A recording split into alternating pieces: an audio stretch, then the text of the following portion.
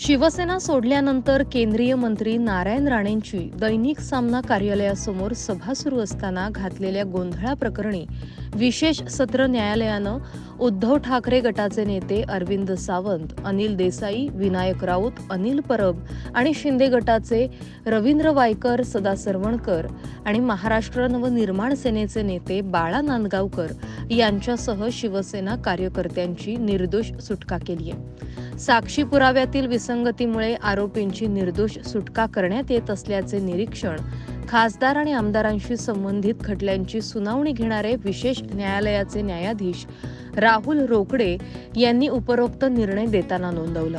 साक्षीदारांनी परस्पर विरोधी साक्ष दिली. कोणताही वैद्यकीय पुरावा सादर केला गेला नाही. मालमत्तेचं नुकसान केलं गेलं याच्याशी संबंधित पुरावाही पोलिसांनी सादर केला नाही, असंही न्यायालयानं आरोपींची निर्दोष सुटका करताना नमूद केलं. मतभेदांमुळे नारायण राणे यांनी 18 वर्षांपूर्वी शिवसेना सोडली. त्यानंतर त्यांनी शिवसेनेचे मुखपत्र असलेल्या दैनिक सामना कार्यालयाबाहेर जाहीर सभा घेतली.